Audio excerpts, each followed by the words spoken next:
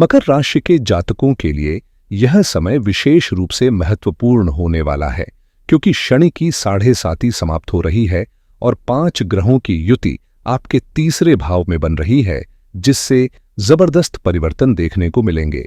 इस बदलाव का प्रभाव आपके जीवन के कई पहलुओं पर पड़ेगा, चाहे वह करियर हो, व्यापार, शिक्षा, धन, स्वास्थ्य, वैवाहिक जीवन, प्रेम संबंध, संतान, प्रतियोगी परीक्षाएं, भाग्य या विदेश यात्रा से जुड़ी संभावनाएं।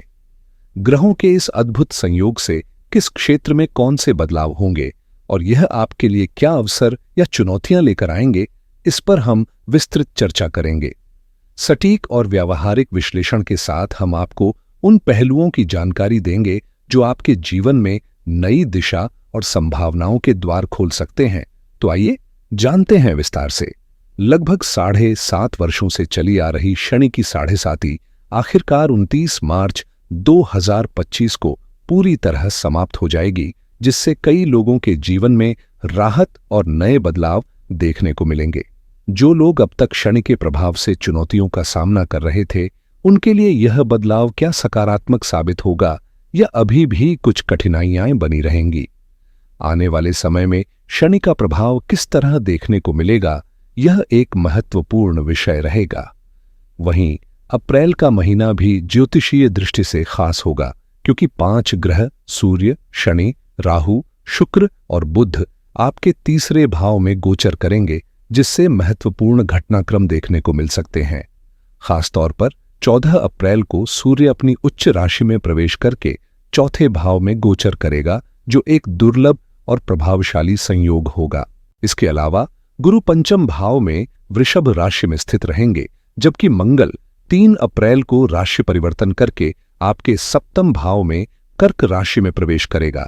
ये सभी ग्रहों के परिवर्तन आपके जीवन के विभिन्न क्षेत्रों, करियर, धन, संबंधों और भाग्य पर किस तरह असर डालेंगे, यह जानना बेहद दिलचस्प होगा। केतु के भाग्य भाव में गोचर करने के साथ ग्रहों की स्थिति एक दिलचस्प मोड़ लेने वाली है। अब सवाल यह है कि इन ग्रहों का प्रभाव हमारे जीवन के किन किन क्षेत्रों में दिखाई देगा और इस परिवर्तन से हमें किन लाभों या चुनौतियों का सामना करना पड़ सकता है।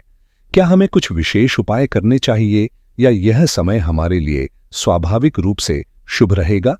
सबसे पहले बात करते हैं शनि की, क्योंकि मकर राशि के स्वामी शनि ही होते हैं और वे न केवल लग्न बल्कि धन के भी स्वामी हैं।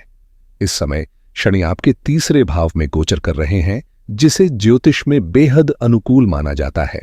तीसरे भाव में शनि का प्रभाव अक्सर सकारात्मक परिणाम लाता है, ठीक वैसे ही जैसे छठे और एकादश भाव में उनकी उपस्थिति लाभकारी मानी जाती है। इस गोचर का प्रभाव आपकी मेहनत, संचार कौशल, छोटे यात्राओं और आत्मविश्वास पर विशेष रूप से दिखेगा, जिससे आपको अपने लक्ष्यों की ओर तेजी से बढ़ने का अवसर मिलेगा। शनि आमतौर पर हर भाव में अपने प्रभाव डालते हैं, लेकिन तीसरे भाव में उनकी उपस्थिति सबसे अधिक शुभ मानी जाती है। अगले 2.5 वर्षों तक शनि का गोचर इसी भाव में रहेगा, जिससे आपके आत्मविश्वास, परिश्रम और संचार कौशल में जबरदस्त वृद्धि होगी। अप्रैल का महीना स्वास्थ्य की दृष्टि से अनुकूल रहने वाला है, वहीं आर्थिक स्थिति भी स्थिरता और प्रगति के संकेत दे रही है। जब 2017 में शनि की 7.5 शुरू हुई थी, तब जीवन के कई पहलुओं में अस्थिरता और चुनौतियां आईं। 2020 में जब इसका दूसरा चरण शुरू हुआ, तब विशेष रूप से कठिन समय देखा गया और 2023 में तीसरे चरण के दौरान भी अलग अलग प्रकार की बाधाएं सामने आईं। अब जब 2025 में यह 7.5 पूरी तरह समाप्त हो जाएगी, तो जीवन में नया संतुलन और सकारात्मक बदलाव देखने को मिलेंगे। अप्रैल का महीना इस बदलाव का संकेतक होगा, जहां नए अवसर, आर्थिक उन्नति और मानसिक शांति की संभावनाएं प्रबल होंगी। शनि की 7.5 समाप्त होने के बाद का पहला महीना मकर राशि वालों के लिए बेहद खास रहने वाला है। यह समय परिवर्तन और नए अवसरों का संकेत देगा, क्योंकि शनि अपने मित्र ग्रहों राहु, शुक्र और बुध के साथ गोचर करेंगे, जिससे कई सकारात्मक प्रभाव देखने को मिलेंगे। हालांकि 14 अप्रैल तक सूर्य भी शनि के साथ गोचर करेगा, जो कि शनि का शत्रु माना जाता है, जिससे कुछ चुनौतियां भी उत्पन्न हो सकती हैं। शनि अपनी विशिष्ट भूमिका निभाते हुए तीसरे भाव के प्रभावों को और अधिक शक्तिशाली बनाएंगे, जिससे परिश्रम, संचार और आत्मविश्वास में वृद्धि होगी। शनि की विशेषता यह होती है कि वे जिस स्थान में स्थित होते हैं उसके फलों को बढ़ाते हैं, साथ ही जिस स्थान के स्वामी होते हैं वहां भी सकारात्मक प्रभाव डालते हैं। लेकिन जिन स्थानों पर उनकी दृष्टि पड़ती है वहां कुछ बाधाएं उत्पन्न हो सकती हैं। चूंकि शनि लग्न के स्वामी भी हैं, इसलिए यह समय मकर राशि वालों के लिए एक संतुलित दृष्टिकोण अपनाने का होगा, जहां मेहनत का पूरा फल मिलने की संभावना प्रबल है। अप्रैल का महीना मकर राशि वालों के लिए सकारात्मक ऊर्जा और नई संभावनाओं से भरा रहेगा। सेहत में सुधार महसूस होगा, आत्मविश्वास ऊंचाइयों पर रहेगा और कोई बड़ी उपलब्धि या प्रमोशन मिलने की प्रबल संभावनाएं बनेंगी। आर्थिक दृष्टि से यह समय बेहतरीन रहेगा, क्योंकि धन के स्वामी शनि की कृपा से नए आय स्रोत उत्पन्न होंगे और वित्तीय स्थिरता बढ़ेगी। मेहनत और पराक्रम के बल पर शानदार सफलताएं मिल सकती हैं। साथ ही कुछ लंबित कार्यों या परेशानियों का बोझ भी अब हल्का होता महसूस होगा, जिससे मानसिक शांति और स्वतंत्रता का अनुभव होगा। शनि जब तीसरे भाव में गोचर करते हैं तो व्यक्ति में परिश्रम और दृढ़ संकल्प की भावना प्रबल होती है, जिससे मेहनत का पूरा फल मिलता है। धार्मिक यात्राओं के योग भी बन सकते हैं, जो आध्यात्मिक दृष्टि से लाभकारी सिद्ध होंगे। खास तौर पर यदि आप आईटी, इंजीनियरिंग, नेटवर्किंग, कंस्ट्रक्शन या न्याय व्यवस्था जैसे क्षेत्रों से जुड़े हैं, तो यह समय आपके लिए बेहतरीन अवसर लेकर आएगा, जहां आपकी मेहनत का उचित प्रतिफल मिलने की पूरी संभावना है। यदि आप पत्रकारिता, यात्रा, मशीनरी, प्राइवेट सेक्टर की नौकरी या श्रमिक वर्ग से जुड़े कार्यों में हैं, तो अप्रैल का महीना आपके लिए विशेष रूप से लाभकारी साबित होगा। शनि अपने प्रभाव से न केवल मेहनत का उचित प्रतिफल दिलाएंगे, बल्कि पराक्रम के बल पर बड़ी उपलब्धियां भी संभव होंगी। यह गोचर आर्थिक परेशानियों को कम करने और स्वास्थ्य संबंधी चिंताओं को दूर करने में सहायक रहेगा। इसके साथ ही गुरु पंचम भाव में स्थित रहेंगे, जो कि शिक्षा, बुद्धि और संतान से जुड़े मामलों के लिए शुभ संकेत देते हैं। चूंकि गुरु तीसरे और 12वें भाव के स्वामी भी हैं, उनका यह गोचर जीवन में संतुलन बनाने और सकारात्मक परिवर्तन लाने में महत्वपूर्ण भूमिका निभाएगा। संक्षेप में, यह समय नई संभावनाओं, सफलता और समृद्धि की ओर कदम बढ़ाने का होगा। गुरु के प्रभाव से पराक्रम में वृद्धि होगी, जिससे न केवल आत्मविश्वास बढ़ेगा, बल्कि बड़े लाभ भी मिलने की संभावना है। चूंकि वे आपके 12वें भाव के स्वामी भी हैं, इसलिए जो लोग विदेश जाने की योजना बना रहे हैं, चाहे शिक्षा, नौकरी या व्यापार के लिए, उन्हें अनुकूल परिणाम मिल सकते हैं। तीसरा भाव पासपोर्ट, वीजा और ग्रीन कार्ड से भी जुड़ा होता है, इसलिए इस दौरान विदेश यात्रा या स्थायी निवास के लिए सकारात्मक योग बनेंगे। गुरु की अनुकूल स्थिति के कारण शिक्षा के क्षेत्र में सफलता मिलेगी, खासकर यदि आप विदेश में पढ़ाई की योजना बना रहे हैं। संतान सुख की प्राप्ति के योग भी बन रहे हैं, और यदि लव लाइफ में कोई समस्या थी तो यह समय उसे सुलझाने में मददगार साबित होगा। आर्थिक रूप से भी यह अवधि लाभदायक रहेगी, विशेष रूप से उन लोगों के लिए जिनका व्यवसाय या कार्य क्षेत्र किसी न किसी रूप में विदेश से जुड़ा हुआ है। एक्सपोर्ट इंपोर्ट से जुड़े व्यवसाय में जबरदस्त लाभ मिलने की संभावना है, खासकर उन लोगों के लिए जो पहले से ही विदेश में रहकर काम कर रहे हैं। गुरु की पंचम दृष्टि भाग्य भाव पर पड़ने से किस्मत का पूरा साथ मिलेगा, जिससे नई संभावनाएं खुलेंगी और पिता के साथ संबंधों में मजबूती आएगी। वहीं सप्तम दृष्टि लाभ भाव पर होने से आय के स्रोत बढ़ सकते हैं और वित्तीय स्थिरता मिलेगी। गुरु की नवम दृष्टि लग्न भाव को प्रभावित करेगी, जिससे न केवल स्वास्थ्य बेहतर रहेगा, बल्कि आत्मविश्वास में भी वृद्धि होगी, जिससे काम के प्रति उत्साह बना रहेगा और आलस्य दूर होगा। यह समय नई अवसरों को पहचानने और उनका अधिकतम लाभ उठाने का है। अप्रैल में मंगल, जो कि आपके चौथे और 11वें भाव के स्वामी हैं, छठे भाव में गोचर करेंगे, जो भूमि, भवन, प्रॉपर्टी, वाहन से जुड़े मामलों में सकारात्मक परिणाम देंगे और संपत्ति निवेश से जुड़े कार्यों में सफलता दिला सकते हैं। मंगल 3 अप्रैल को राशि परिवर्तन कर सप्तम भाव में प्रवेश करेंगे, जिससे कुछ क्षेत्रों में लाभ मिलेगा तो कुछ में चुनौतियां भी सामने आ सकती हैं। यदि आप भूमि, भवन या प्रॉपर्टी से जुड़े कार्यों में हैं तो यह गोचर आर्थिक रूप से फायदेमंद साबित होगा और आय के नए स्रोत खोल सकता है। खासतौर पर रियल एस्टेट, कमीशन आधारित व्यवसाय, पुलिस, सेना, वन विभाग जैसे क्षेत्रों में इसका सकारात्मक प्रभाव देखने को मिलेगा। हालांकि जल्दबाजी में लिए गए निर्णय नुकसान का कारण बन सकते हैं, इसलिए कोई भी बड़ा कदम सोच समझकर उठाएं। स्वभाव में चिड़चिड़ापन या उग्रता बढ़ सकती है, जिससे व्यक्तिगत और व्यावसायिक संबंधों में तनाव उत्पन्न होने की आशंका रहेगी। जीवन साथी या बिजनेस पार्टनर के साथ मतभेद हो सकते हैं, इसलिए संयम और धैर्य रखना बेहद जरूरी होगा। अप्रैल के महीने में स्वभाव में चिड़चिड़ापन बढ़ सकता है, जिससे अनावश्यक विवाद या टकराव की स्थितियां उत्पन्न हो सकती हैं, इसलिए संयम रखना बेहद जरूरी होगा। सप्तम भाव में स्थित मंगल दांपत्य जीवन में चुनौतियां ला सकते हैं, जिससे जीवन साथी के साथ मतभेद की संभावना बढ़ेगी। हालांकि पार्टनरशिप के लिहाज से मंगल कुछ लाभकारी प्रभाव भी देंगे, खासकर यदि आप कमीशन आधारित व्यवसाय, रियल एस्टेट, वन विभाग या वाहन और प्रॉपर्टी से जुड़े क्षेत्रों में कार्यरत हैं।